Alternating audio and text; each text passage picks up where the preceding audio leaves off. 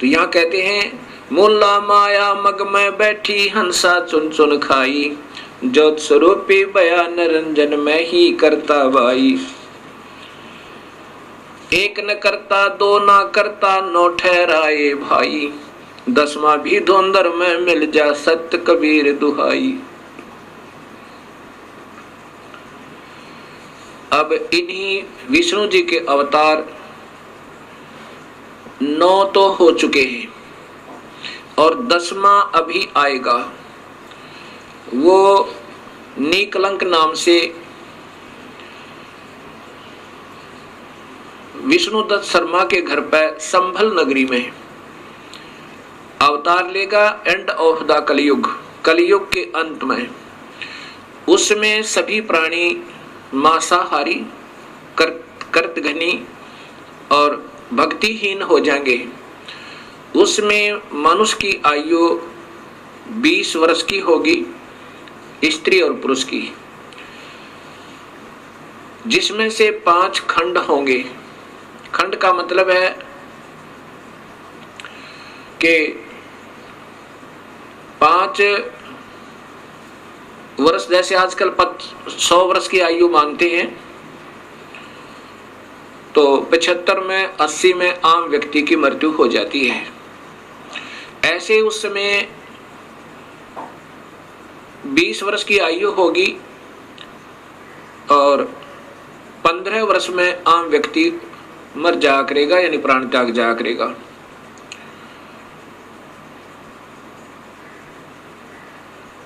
उसमें 5 वर्ष की लड़की के बच्चे उत्पन्न होने प्रारंभ हो जाएंगे और कुल कद जो है, हाइट मानव की ज्यादा से ज्यादा 1.5 या 2 फुट होगी। ऐसे बिल बना करके रहा करेंगे, सब मांसाहारी होंगे।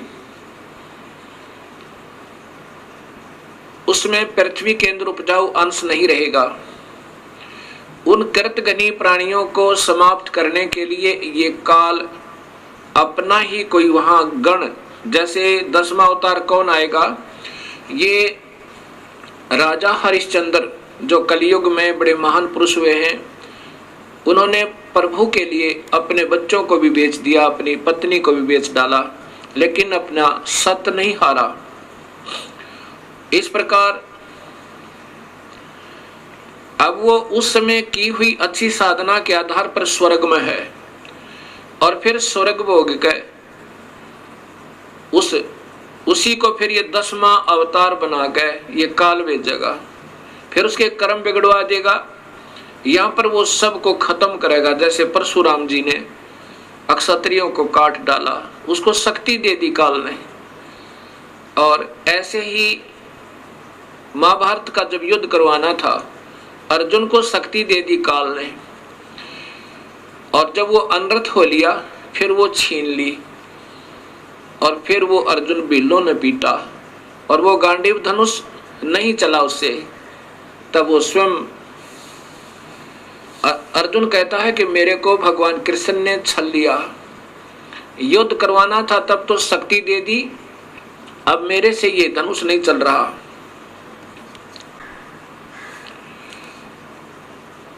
अर्जुन कहता है कि बड़ा छलिया है, लेकिन कबीर साहब कहते हैं कि भगवान कृष्ण छलिया नहीं है, वो नहीं चाहते ऐसा जुल्म करवाना।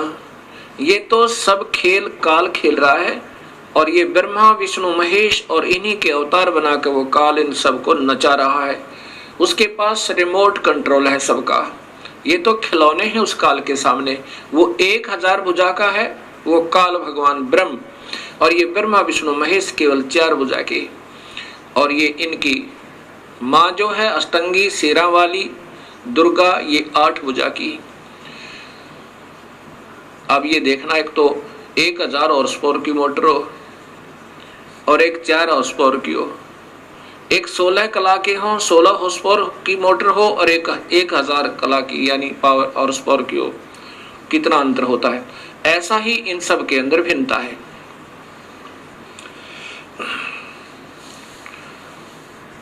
तो इस प्रकार ये काल सभी को नचा रहा है, और वो 10वां जो अवतार आएगा राजा हरिश्चंद्र यहाँ इन सब कर्तघनी प्राणियों को मार डालेगा और वहां जितनी हत्या वो करेगा उसके पाप कर्मों को उसकी ही अकाउंट में लिख दिया जाएगा।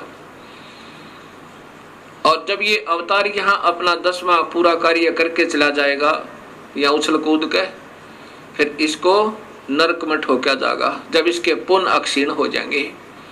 ऐसे ये काल सबको धोखा देके अस्थायी सुख दिखा के इन सबको नचा रहा है, ऐसा कबीर परमेश्वर बताना चाहते हैं। 88 दीप मुनीश्वर बंदे मुल्ला डोरी, इस काल की ही माया के अंदर फंसे हुए हैं। कौन कौन? 88,000 ऋषि और 33 करोड़ देवता, 9 नाथ 84 सिद्ध और ये ब्रह्मा विष्णु महेश जैसी पुण्यात्मा भी ये काल की ही डोर के बंधे हुए हैं, इनसे बाहर नहीं है। 88 दीप मुनीश्वर बंदे मुल्ला डोरी, इतम जमका तलबाना चलियो पुरुष किशोरी।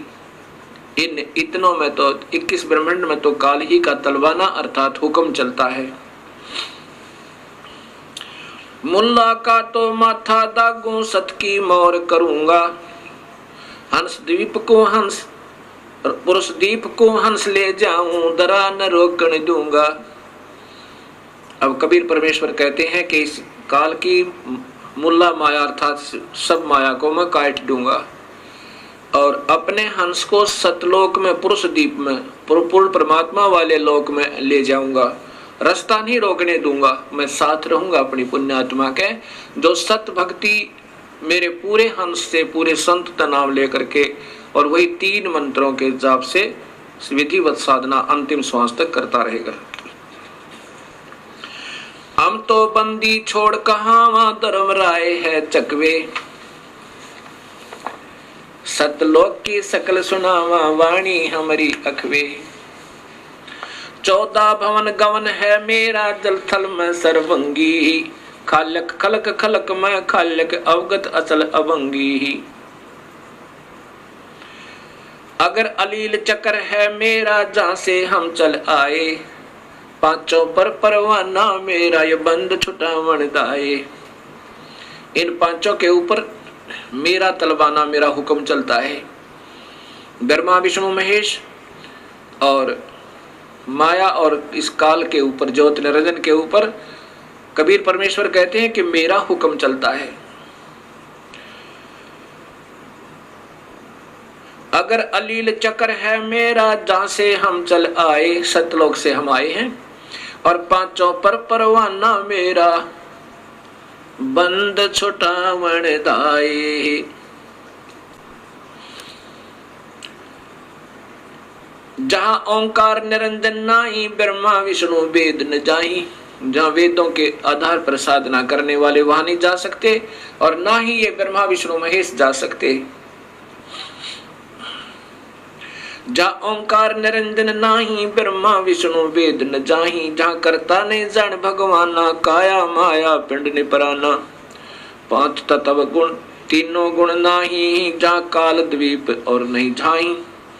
अमर करूं सतलोक पठाऊं, ताते बंदी छोड़ कहाऊं। बंदी छोड़, बंधन छुटवाने वाला, पाप कर्मों को काटने वाला वो कबीर परमेश्वर कहता है कि अमर करूं, ऐसे लोक में ले जाऊं ये सत सार नाम और सत्य नाम देकर, वहां से फिर तेरा मरण नहीं होगा।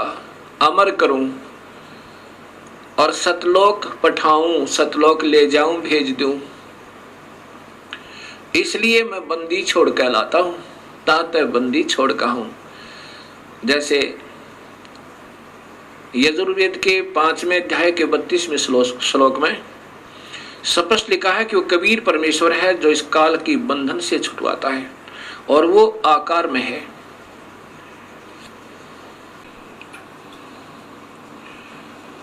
अब कबीर साहब कह रहे हैं कि अमर करूं सतलोक पठाऊं, ताते बंदी छोड़ कहाऊं। बंदी छोड़ का अर्थ होता है बंधन से छुटवाने वाला, काल की कारागार से छुटवाने वाला।